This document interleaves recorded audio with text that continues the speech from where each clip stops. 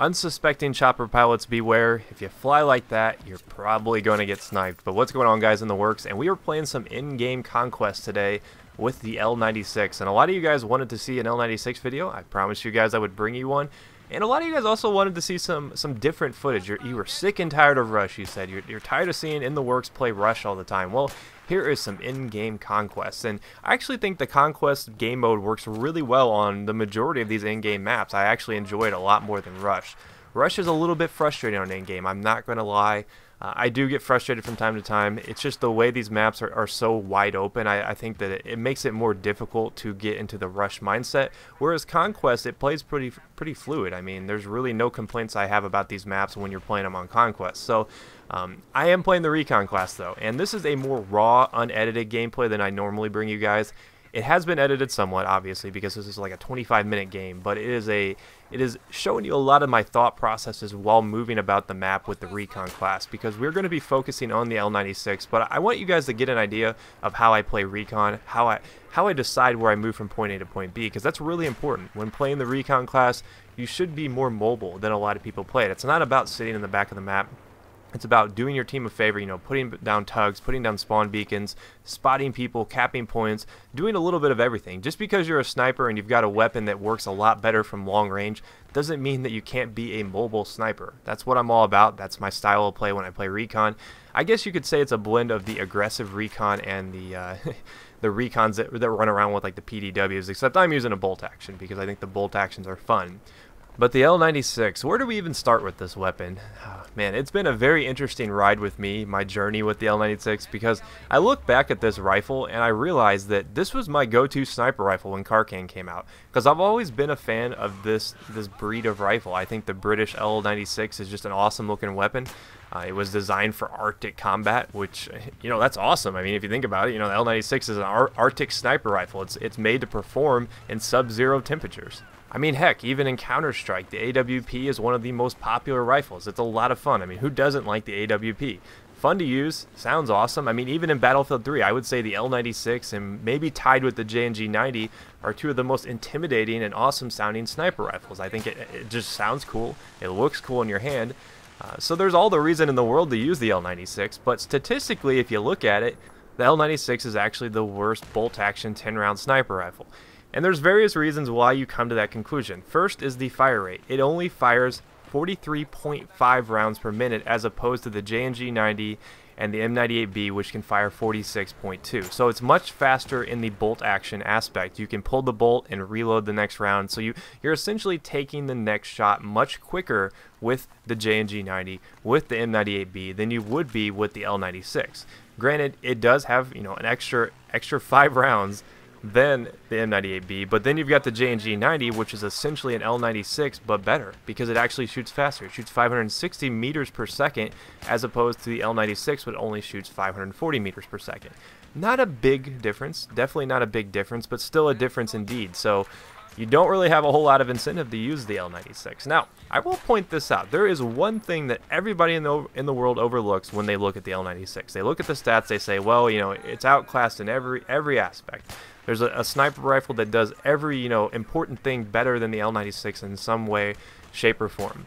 But there's one thing that everyone overlooks, and that is the initial recoil. Well, let's compare the JNG 90 to the L96, since for all practical purposes, they're probably the most similar. The JNG 90 has a first shot recoil of 1.5. A little bit higher than a lot of the other bolt actions. It's actually one of the higher first shot recoils, and that means that your follow-up shots are going to be a little bit more difficult than the L96, which has a first shot recoil multiplier of 1. So that's pretty good. I mean, your follow-up shots with the L96 won't be as quick because the bolt action on the L96 isn't as fast as the JNG 90, but it's a lot easier to stay on target. You don't have a lot of bounce with your scope, especially if you stay aimed down sight while using the, you know, while zoomed in and you're using the quick pull bolt. So there's a lot of advantages to having that, and that's one of the reasons why I think a lot of people like the L96. They use it and they're like, well, you know, I just do well with the L96, and I totally feel you. I definitely think that that's a reason that, hey, let's use the L96, because for all practical purposes, how many situations do we get into where, you know, it's really that big of a deal? I mean, if you're using the L96 like you see me using it here, there's not a whole lot of reasons why any other rifle would perform any better. I mean, I'm not getting in super close. I'm not worried about having better hip fire like the SV98 has. I'm not worried about the SV98's, you know, extra 5 meters of one-shot kill damage. So when it comes down to it, maybe stats aren't as important as we think. I know a lot of the guys who really like to crunch numbers and stuff will be cringing right now, but I mean, that first shot multiplier, hey, maybe that's something that you don't want. You know, the J&G 90 is the reason why everyone says don't use the L96, because before the L96, before the J&G 90, if you wanted a sniper rifle that had a fast muzzle velocity, you went with the M98B. And then the L96 came out and they're like, oh, here's a 10-round magazine on a fast muzzle velocity. You know, 540 meters per second is pretty fast compared to all the other bolt action snipers. So you kind of got a nice little compromise there with the L96. And then once the J&G 90 came out, everyone was like, oh, screw the L96. I can get a faster fire rate with the J&G 90. And they kind of overlooked the fact that it does have a, you know, a higher first shot recoil. So I do find the follow-up shots with the L96 to be surprisingly good. Now, one final thing I want to touch on is the iron sights and the scopes, like the holographic and the red dot on these things, or even like the Cobra sight. For whatever reason, the L96 is my favorite holographic / red dot sniper rifle. I think the way it looks gives you a nice open look. You can see a lot of the things to your side, and it just seems like you have a good idea of where everything's going to go. You're not, you know, really obscured by anything. And I really like the L96 with the holographic, and it's a lot of fun to run around with this thing. So, you know, statistically, okay, the L96, it's not the best in the world. It obviously is not going to win any, you know, best bolt actions ever, but it looks cool, it sounds cool, and it's fun to use.